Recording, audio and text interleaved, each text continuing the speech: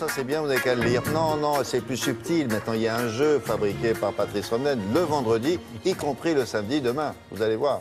Alors aujourd'hui, on va jouer à Qui a dit quoi. Ah, Demain, on chouette, innovera. j'adore les On fera quiz. Qui a tiens, fait en fait, quoi. je vous ai pas Aujourd'hui, donné, on fait pardon. Qui a dit Ah, quoi. merci, c'est ma récompense. Oui, votre récompense. Voilà. C'est mon bon point. Oui, alors, pardon. Alors, on y va avec les citations, vous devez trouver les auteurs. Hein. D'accord. Qui a dit « Le plus grand risque, c'est de ne pas en prendre ».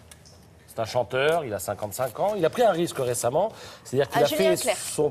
son premier stade, le premier stade de sa carrière, doublé d'une retransmission en direct à la télévision. C'était à Lille. Il s'agit de Patrick Bruel. Voilà.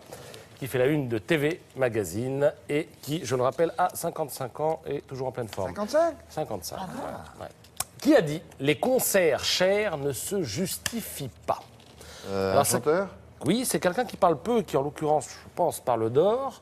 Il sort d'une tournée de 2 ans et demi. Il a fait 70 dates, 800 000 spectateurs.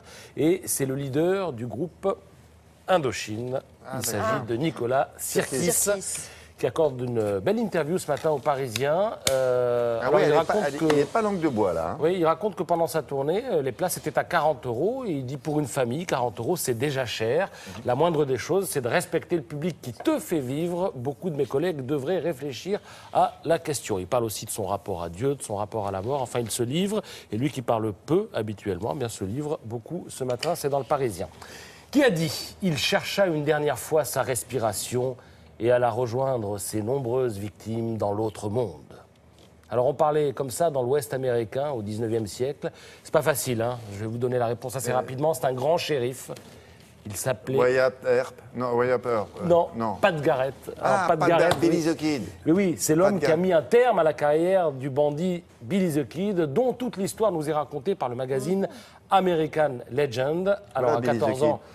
Billy perd sa mère. À 16 ans, premier braquage. Ensuite, c'est l'effet domino, vol de chevaux, bagarre, meurtre, arrestation, évasion multiple. Le problème, c'est que bandit, c'est un métier un peu dangereux. Et un jour, Billy the Kid croise la route du shérif Pat Garrett qu'il descend. Il avait 21 ans, ce qui était déjà quand même pas mal à l'époque, hein, 21 ans dans l'Ouest. Alors Billy the Kid n'est donc pas seulement, et c'est là que je voulais en venir, une créature de BD popularisée par Lucky Luke. Il a vraiment existé. Et à l'état civil, il s'appelait Henry Bonnet. Et vous lirez tout ça dans le magazine American Legend, qui est tout nouveau, et enfin dont c'est le numéro 4. Donc c'est un petit nouveau, mais qui commence à s'installer. Qui a dit « En un an, je suis passé de 1m15 à 1m45. Quand on sait ce que sautent les professionnels, à savoir 1m60, je ne peux m'empêcher de me dire que si je continue sur cette lancée, beaucoup de choses sont possibles. » 1m15 à cheval. Un 15, un 45, voilà. Non. Il parle de hauteur d'obstacle en équitation. C'est un comédien Guillaume Canet qui monte. Guillaume C'est Canet. évidemment Guillaume Canet, qui pas accorde 15. une longue interview à Citizen K. On sent, il ne le dit pas clairement, mais on sent dans l'interview qu'il serait tenté par une aventure sportive de haut niveau. Il évoque les Jeux Olympiques, pas forcément pour lui, mais enfin il en parle. Et on se dit que si on était sponsor, si on avait de quoi lui payer un bon cheval, on miserait peut-être sur Guillaume Canet. Oui, Alors- semi-professionnel. Hein.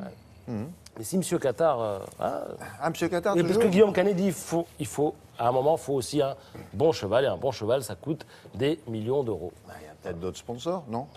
Peut-être. Pourquoi pas? Merci beaucoup. On va s'intéresser maintenant avec Henri-Jean Servat à une célèbre comédie musicale